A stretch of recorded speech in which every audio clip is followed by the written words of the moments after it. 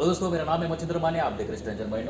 आज के वीडियो में आरओआर का rule number 7, risk of collision. बहुत इंपॉर्टेंट रूल है, रिस्क ऑफ कोलिजन। जब आप नेविगेशन करते हो, कोई भी ऑफिसर या ट्रेनी ऑफिसर जब नेविगेशन करता है, ठीक है, तो रिस्क ऑफ कोलिजन, सामने वाला वेसल से आपका कोलिजन होगा या नहीं होगा, सामने वाले ऑब्जेक्ट से आपका कोलिजन होगा या नहीं होगा, ये आपको कैसे पता चलेगा? तो रिस्क ऑफ कोलिजन में वो सारे सिचुएशंस दिए, वो सारे कंडीशंस दिए कि आपको रिस्क ऑफ कोलिजन एग्जिस्ट होगा या नहीं होगा, ये कभी समझेगा, कौन से कंडीशन में समझेगा, ये सारी चीजें, टर्म्स एंड कंडीशंस यहां पर दिए। चलो दोस्तों, वीडियो के लिए स्टार्ट करते हैं। वीडियो अच्छा लगा वीडियो को लाइक करो, चैनल को please subscribe. Risk of collision, अभी देखो कि क्या क्या लिखा है, हर एक सेंटेंस का, हर एक वर्ड का यहां पर मतलब है। सबसे पहला पॉइंट है, every vessel shall use all available means appropriate to the prevailing circumstances and condition to determine if risk of collision exists।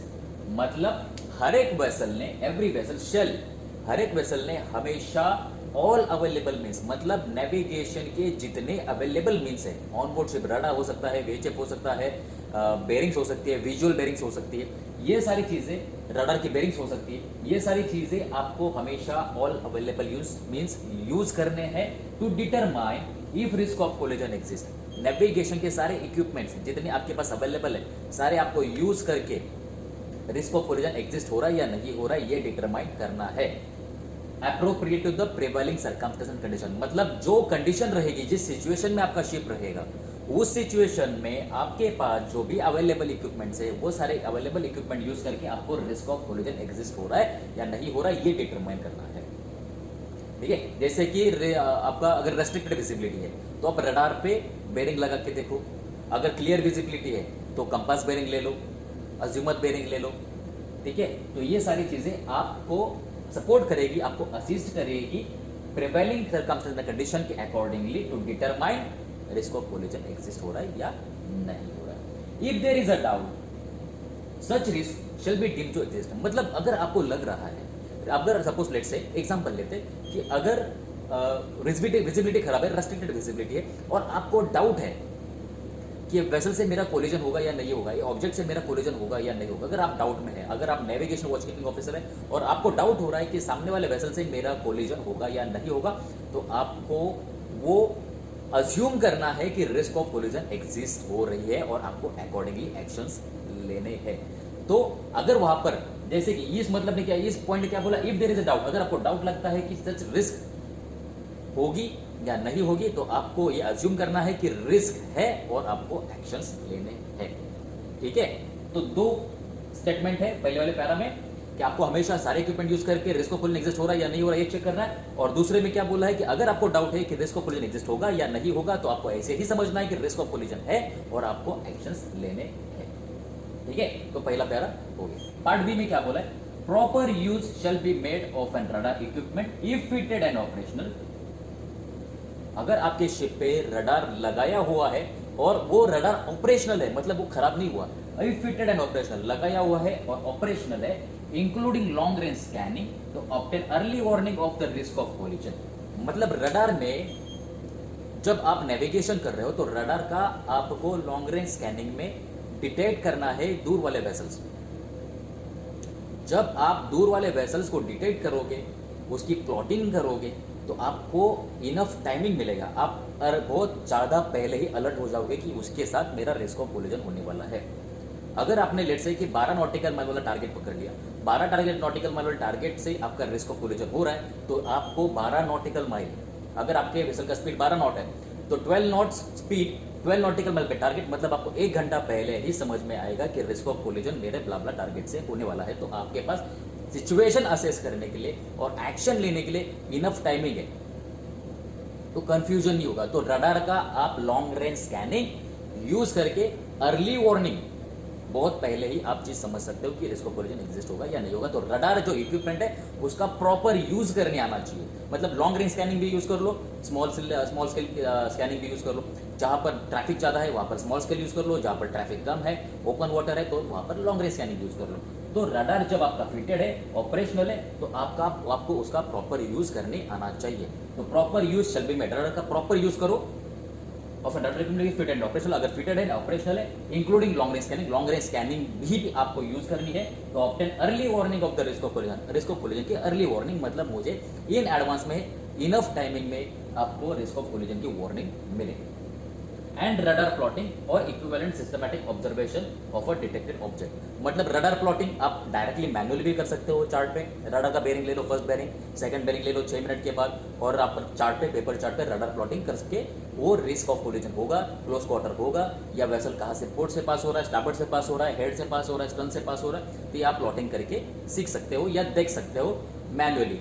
Otherwise आप रडार में, अगर आपके रडार में आरपा लगा हुआ है, अभी नॉर्मली सारे रडार में एक्स बैंड हो, यस बैंड हो, सारे रडार में आरपा ऑलरेडी फिटेड होता है, तो आरपा आपको सीपीए, टीसीपीए, बीसीटी, बीसीआर ये सारी चीजें खुद ही बता देता है। बीसीटी मतलब बॉ क्रॉसिंग रेंज, बॉ क्रॉसिंग टाइमिंग, एंड बीसीआर मतलब बॉ क्रॉसिंग रेंज।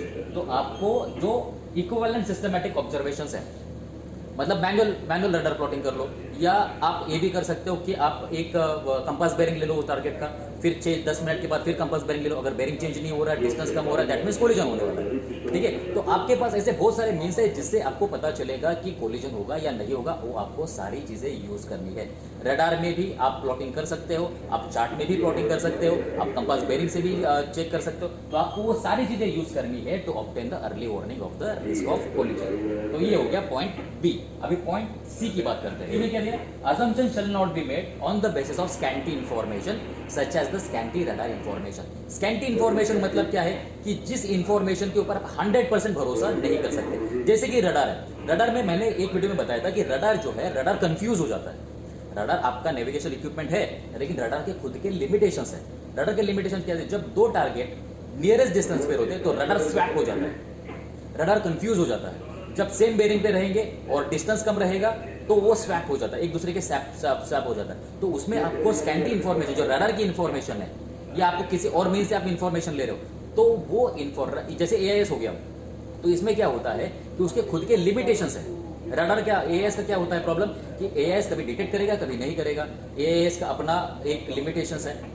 तो लेट्स से कि एआईएस आपने पकड़ा हुआ है, आप एआईएस के भरोसे चल रहे हो, लेकिन एआईएस का क्या हो गया, एआईएस अपडेट होने के लिए भी टाइम नहीं लगता है। एआईएस अगर एंकर्ड वेसल है तो 3 मिनट का टाइमिंग लगता है। तो जब आप एआईएस पढ़ोगे उसके अंदर आपको एआईएस के लिमिटेशन समझ में आएगी, जो रडार पढ़ोगे रडार के लिमिटेशन समझ में आएंगे। तो ये जो चीजें है ये स्कैंटी इन्फॉर्मेशन है। तो आपको 100% किसी भी इक्विपमेंट के ऊपर भरोसा नहीं रखना है। ये स्कैंटी इन्फॉर्मेशन है, ये प्लस माइनस हो सकती है। तो आपको जो आपका अजम्पशंस है वो स्कैंटी इन्फॉर्मेशन पे नहीं निकलना है।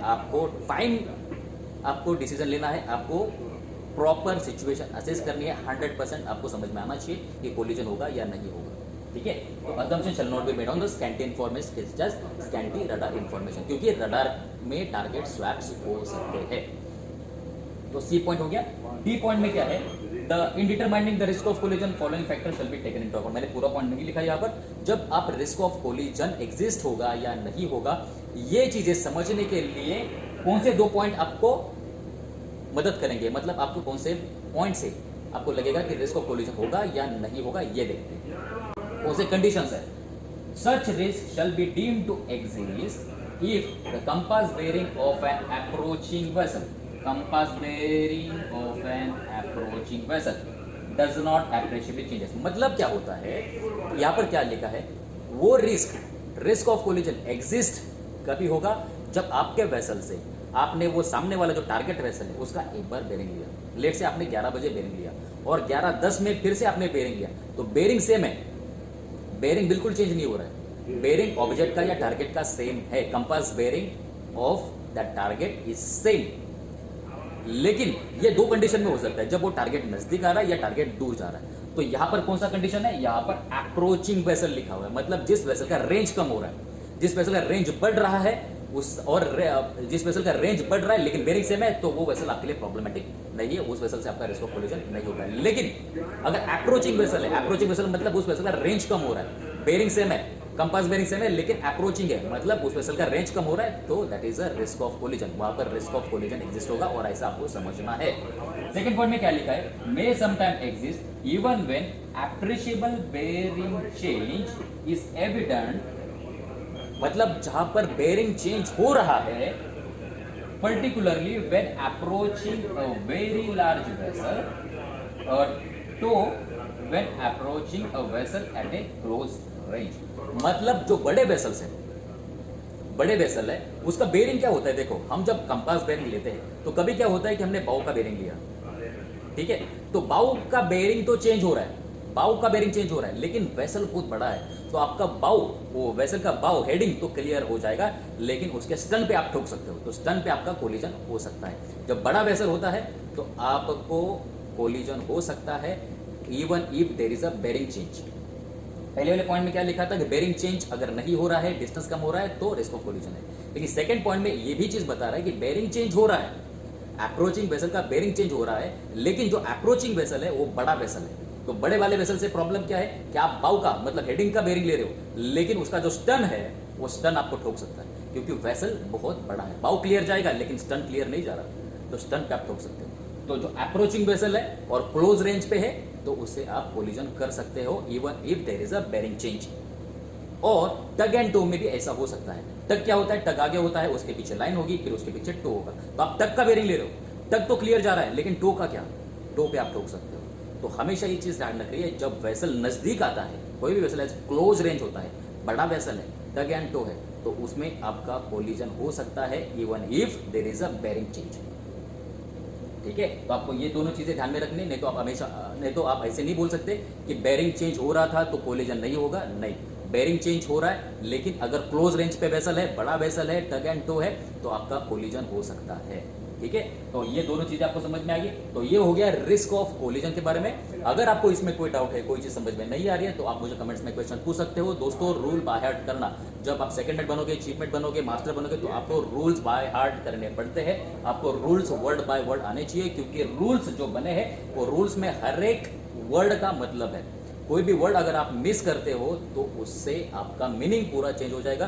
तो ये रूल्स आपको बाय हार्ट करने आने चाहिए। रूल्स बाय हार्ट करने के लिए रूल्स समझने चाहिए, और रूल्स के अंदर क्या लिखा है, ये शेल क्यों यूज किया है, मे क्यों यूज किया है, ये सारी चीजें भी इंपॉर्टेंट है। चलो दोस्तों, मिलते हैं नेक्स्ट वीडियो में, तब तक के लिए थैंक यू वेरी मच। अगर आपको वीडियो अच्छा लगा तो वीडियो को लाइक करो और चैनल को प्लीज सब्सक्राइब करो।